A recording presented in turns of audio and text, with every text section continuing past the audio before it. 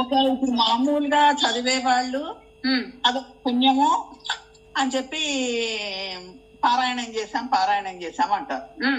మీరు అన్నట్లు నిజంగా ఎంత పారాయణం చేసినా అదొక ప్రాణాయామమే అవుతుంది, కానీ దానివల్ల మనం ఏం ఫలితం పొందలేదు.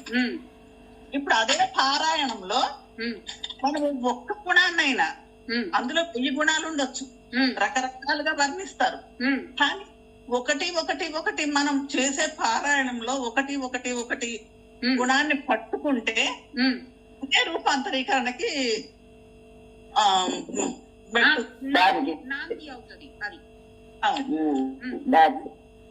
Okay, that is very good point actually. ఇప్పుడు ఎందుకంటే ఇంకొకటి చెప్పొచ్చు మ్యామ్, మనం ఇప్పుడు కొంతమంది ఉంటారు, వాళ్ళు ఓన్లీ సినిమాలు చూసారు అనుకోండి, వాళ్ళకి ఎప్పుడు విష్ణు సహస్రనామం చదవాలని అనిపించదు.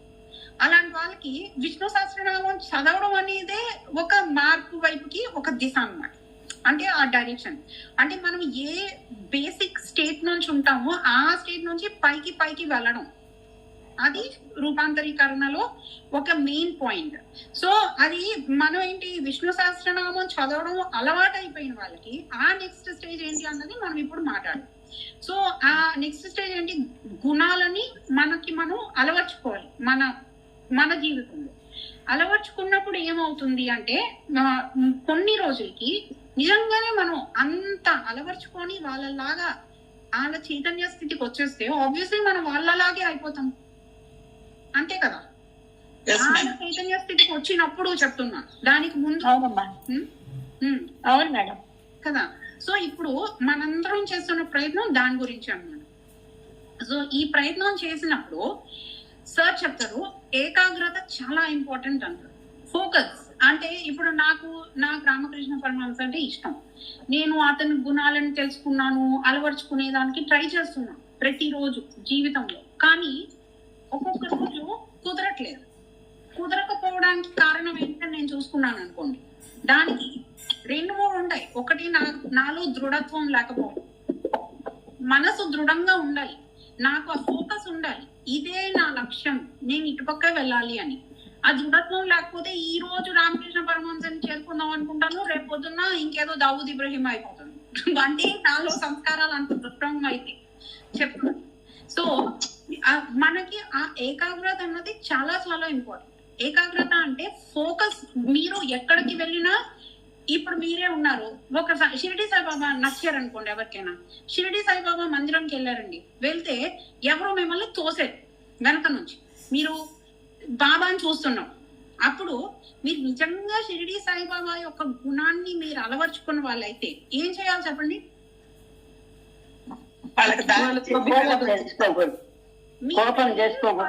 బాబాని దర్శనం చేసుకోండి, ఇట్స్ ఓకే, నాకు పర్లేదు, నేను వెనకనే ఉంటాను అని అనుకోను.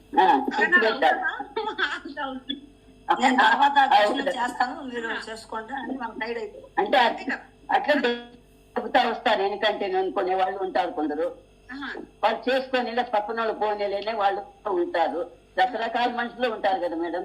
అంతే. అంటే కానీ మనం బాబా యొక్క గుణాల్ని అలవరుచుకుంటూ బతకాలనుకున్నప్పుడు మనని ఎవరైనా అలా చేస్తే వాళ్ళని క్షమించేసి శాంతంగా ఉండి మీరు దర్శనం చేసుకోండి బాబు అని పంపించేది. అదే మేడం, వాళ్ళ మీద ఉపేక్ష ఉండాలి. ఉపేక్ష ఉండాలి. అట్ ద సేమ్ టైం సాయిబాబాకి ఎన్ని గుణాలు ఉన్నాయో అన్ని ఉండాలి. సహనము ఉండాలి,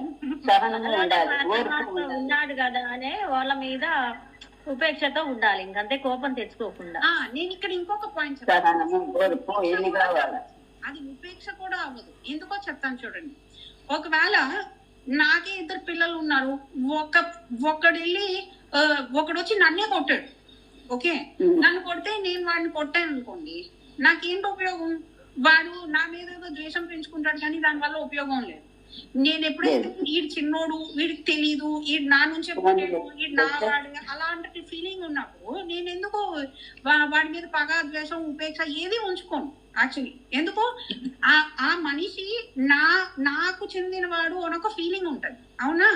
అలాగే మనతో పాటు వస్తున్న ఎంతో మంది ఆధ్యాత్మికమైన సాధకులు వేరు వేరు స్థితుల్లో ఉన్నప్పుడు కొంతమంది మనకంటే ముందుకెళ్ళిపోయిన వాళ్ళు ఉండొచ్చు, కొంతమంది తక్కువ లెవెల్లో ఉండొచ్చు.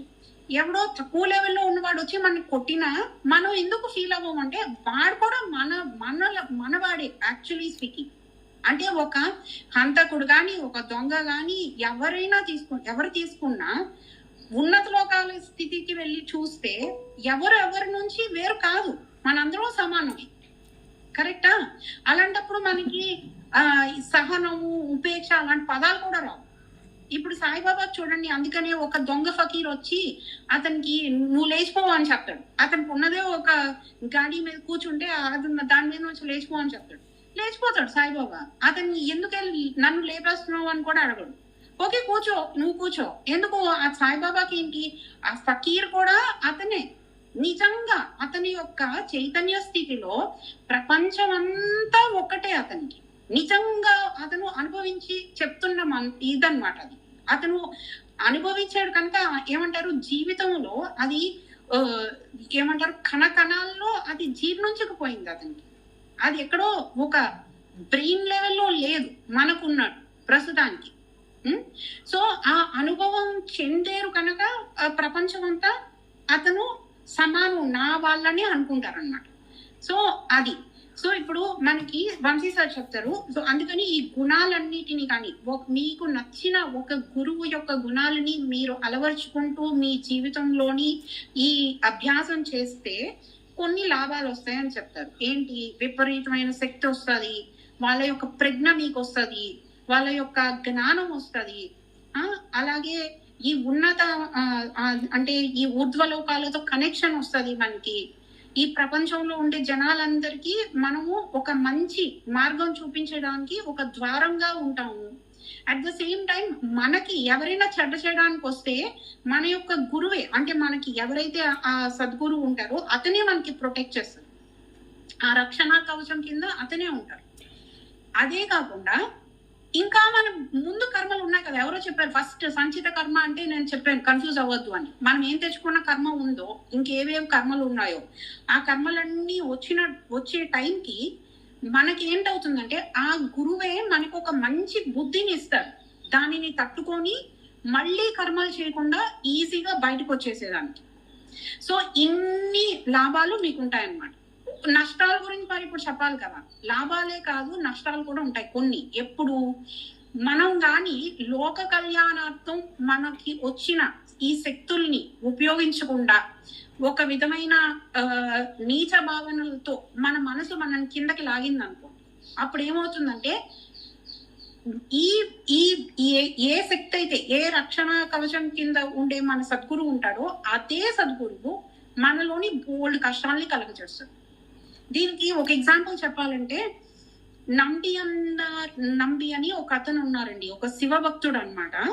అతను ఎంత మంచి శివభక్తుడు అంటే శివలోకంకి వెళ్ళిపోయి శివుడితో పాటు అంటే సారూప్య మోక్షము అలా అంటారు కదా, అతను శివుడి యొక్క లోకంలో ఉండే లెవెల్కి వచ్చేస్తాడు అనమాట. అతని చైతన్యం అంత ముందుకు వెళ్ళిపోతుంది.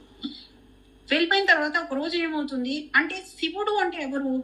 కంప్లీట్ ఒక అంటే అద్వైతమైన స్థితిలో ఉంటాడు. అంటే ఒక స్త్రీ లేదు, పురుషుడు లేదు, ఒక చీమ లేదు, దోమ లేదు, పైన లేదు, కింద లేదు, అంతా సమత్వ స్థితి. ఈ సమత్వ స్థితిలో ఉన్నవాడే శివుడు. అంటే ఎందుకు? అతని ఆత్మస్థితిలో ఉన్న ఒక కాన్షియస్నెస్, అది ఆ చైతన్యం.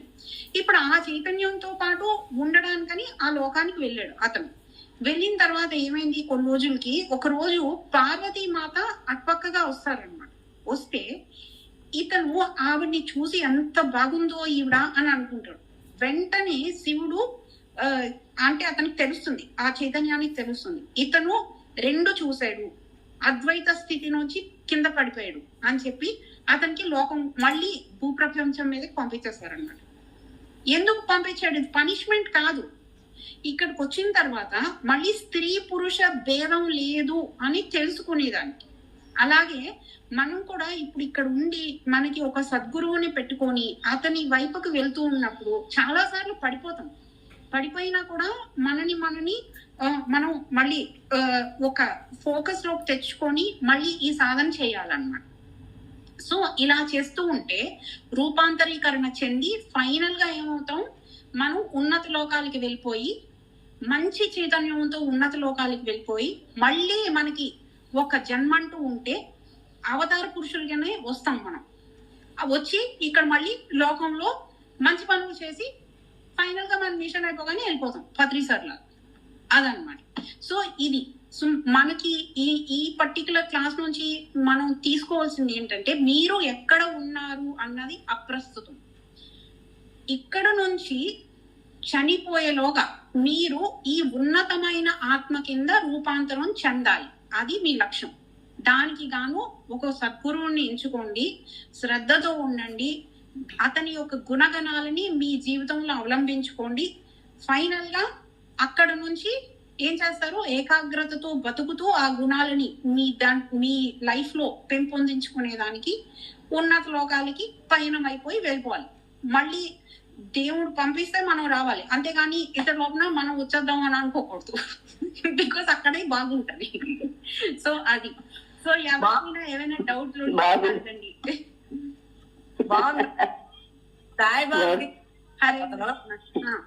సాయిబాబు లేచారు. లేచిన తర్వాత సాయిబాబా ఒక్కలే ఉంటారని అనుకుంటారు కదా.